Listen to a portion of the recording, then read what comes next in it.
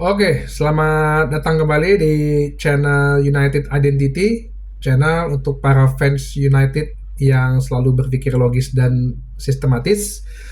Kali ini gue akan bahas preview untuk pertandingan semifinal Piala FA antara Manchester United melawan Coventry yang akan dilaksanakan pertandingannya hari Minggu ya, tanggal 21 April jam 21.30.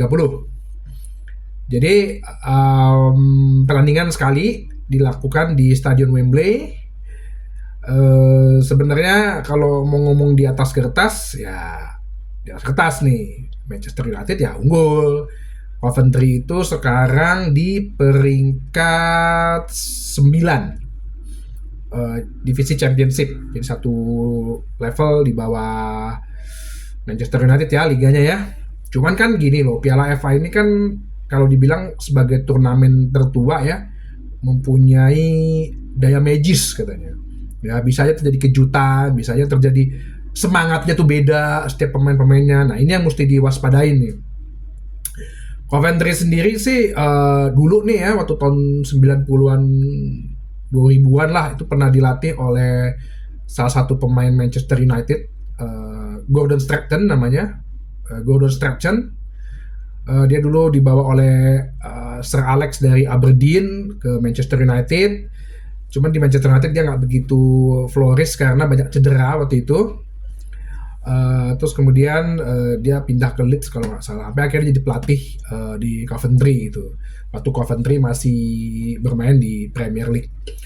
Gue sih sendiri pernah lihat Coventry itu mungkin pas lagi kemarin ya perempat final melawan Wolverhampton tuh ya namanya tim yang bukan Premier League ya mainnya ya Spartan gaya Inggris gitu, kick and rush, tapi daya juangnya itu bener-bener lari bergerak bermainnya itu sehingga skornya waktu itu kalau salah Coventry itu sempat unggul, sempat dibalas 3-2, akhirnya dia lolos kalau apa 2-1 2-1 terus dibalikin lagi keadaan sehingga unggul, akhirnya mereka bisa masuk semifinal. Nah, terus untuk Manchester United sendiri gimana? Gue sih belum dengar ada berita-berita yang signifikan ya mengenai pemain. Cuman ya pasti kayaknya sih formasi kalau boleh gue agak sedikit prediksi hampir sama dengan yang waktu kita lawan Bournemouth. Kiper Onana, di kanannya Dalot, kirinya ya Wan Bissaka, mau apa lagi kita nggak punya pilihan. Terus tengahnya bisa jadi Kambuala sama nah Harry Maguire nih, katanya kemarin kan habis dari Bournemouth dia cedera, tapi gue sempat baca berita bahwa cederanya udah nggak begitu apa namanya mengganggu gitu, jadi bisa dipasangkan. Terus 4-2-3-1 formasi yang dipasang, tapi bisa jadi menjadi 4-1-4-1 gitu loh, dimana Casemiro sebagai DM, Kobbie Mainoo di central midfielder mungkin agak ke depan ya, membantu penyerangan, Bruno sebagai attacking midfielder. Terus nah ini nih sayapnya nih, gue sih berharap Ten Hag memasang kirinya Garnacho, kanan kalau emang bener-bener Anthony fit, Anthony deh di kanan deh. Karena gue liat kemarin kayaknya Anthony udah mulai latihan ya kayaknya ya di video-video latihannya Manchester United dengan striker Højlund gitu loh. Kenapa gue berpikir seperti ini? Gue ngeliat Rashford agak sedikit underperform, bukan sedikit sih, emang lagi underperform gitu ya. Lebih baik kayaknya pasang formasi yang waktu kita ngelawan Chelsea deh, kayaknya tuh bola alirannya tuh enak gitu loh ya. Jadi kayak Mason Mount, Rashford, terus mungkin gue rasa memasukkan beberapa pemain akademi di bangku cadangan gitu ya, itu boleh juga. Mason Mount, Amrabat tuh gue rasa, Eriksen juga rasa ada di belakang gitu ya, ada di bangku cadangan gitu ya. Nah, terus game plan-nya seperti apa nih ngelawan Coventry? Nah, ngelawan tim yang Spartan kayak gini nih, yang bener-bener Inggris banget nih, sebetulnya sih kita kalau pemikirannya sebagai pelatih ya gitu ya, kalau Ten Hag ya, walaupun gue bukan pelatih ya, gue maunya nih bermain sabar aja gitu loh. Kan kualitas individunya pasti udah di atas rata-rata tiap pemain Coventry gitu ya. Gue bahas di video berikut sebelumnya gitu, gameplaynya kan pasti dari Onana nih kita akan bermain bola direct nih, bola-bola direct, kembali ke sayap yang agak kita punya sayap yang cepat, Anthony sama Garnacho, ditambah bisa kemungkinan karena 4-1 Maino agak bisa sering maju ke depan gitu, masuk ke kotak penalti. Bruno yang mungkin agak sedikit mundur lebih ke posisi 6 gitu. Cuman kan kalau dengan posisi 6 biasanya kreativitasnya agak sulit gitu loh.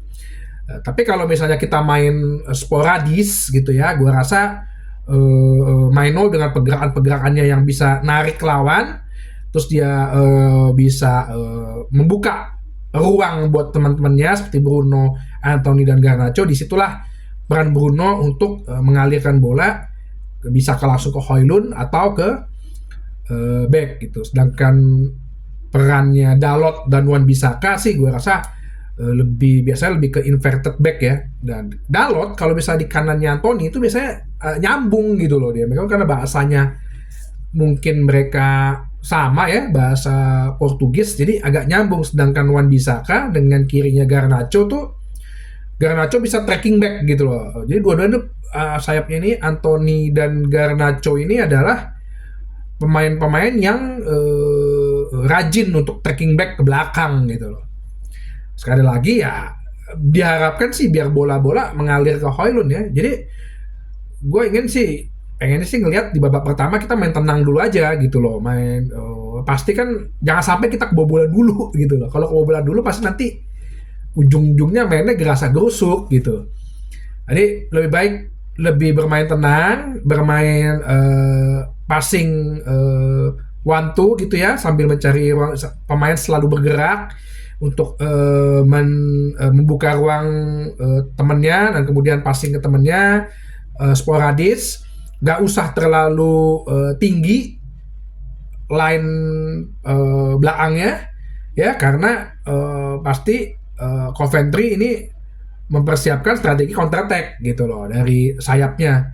Dengan modal pasti mereka semangat ya, dan pasti mereka juga udah berlatih untuk bagaimana main long ball sayap-sayapnya. Nah ini yang perlu diwaspadai. Sama ya itu lagi set pieces gitu lah ya. Jadi kelemahan MU kan selama ini kebobolan dari tendangan sudut, tendangan bebas tidak langsung. Nah yang ini nih mesti dihindari nih. Fokus pemain untuk dengan menjaga kotak penalti. Gua rasa sih dengan adanya Kwambuala, Maguire, Casemiro, Højlund pada saat dia defend set pieces bisa turun ke belakang gitu ya. Ya harusnya sih bisa aman lah gitu loh untuk bola-bola atas gitu. Terus itu yang satu, jangan sampai kita kebobolan dulu melalui set pieces. Dan kalau bisa sih kita unggul dulu 1-0 nih. Jadi 15 menit 20 menit pertama yang gue bilang kita coba kuasain pertandingan dulu ya, jangan biarkan mereka yang menguasai pertandingan, jangan biarkan kita terserang dulu dengan kosongnya lini tengah ya. Mungkin kalau itu strategi bisa untuk lawan-lawan yang tim yang ibaratnya mengandalkan possession football ya, kayak Manchester City atau kayak mungkin tim-tim Eropa gitu ya. Cuman kalau Coventry kan gue rasa dia pasti akan low block ya, parkir bus lah dalam kata lain gitu.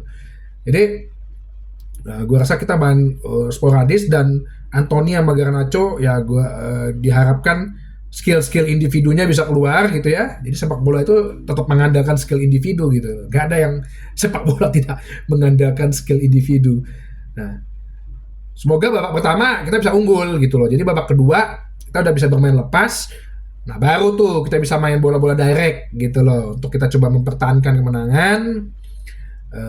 Bisa kemudian ntar Eriksen masuk, Mason Mount masuk. Nah, itu yang gue pengen. Jadi perjalanan di Piala FA ini gue rasa ini adalah salah satu penentuan ya, dan cara terakhir untuk kita bisa lihat bahwa Manchester United bisa sejauh mana gitu loh.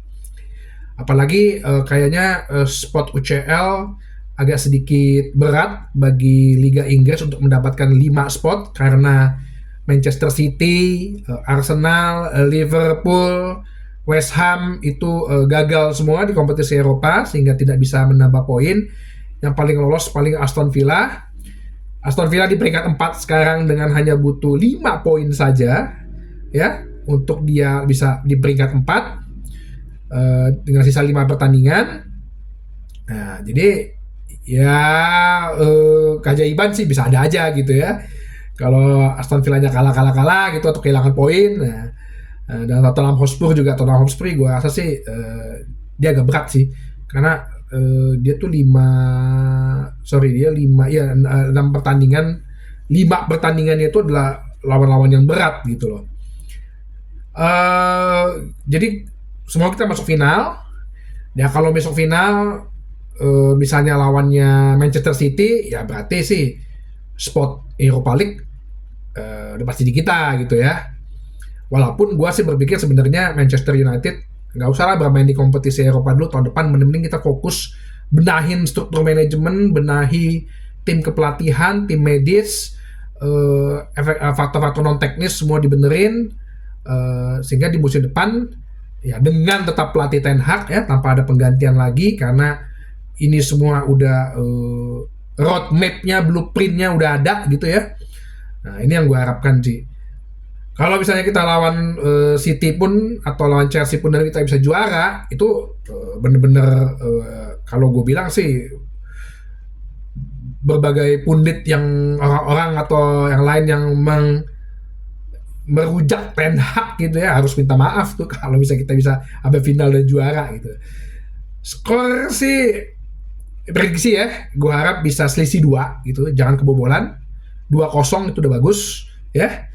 Kalau bisa lebih bagus lagi untuk menambah kepercayaan diri karena kalau 1, 2, 3 pertandingan berikutnya kita menghadapi lawan-lawan yang kita main di kandang dengan lawan Sheffield dan Burnley peringkat bawah.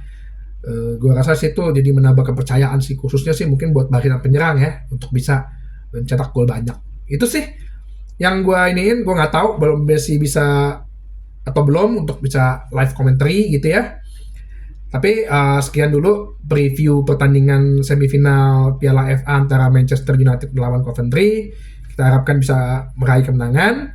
Sampai jumpa di bahasan berikutnya di channel United Identity, channel untuk para fans United yang selalu berpikir logis dan sistematis. Oke, sampai jumpa lagi.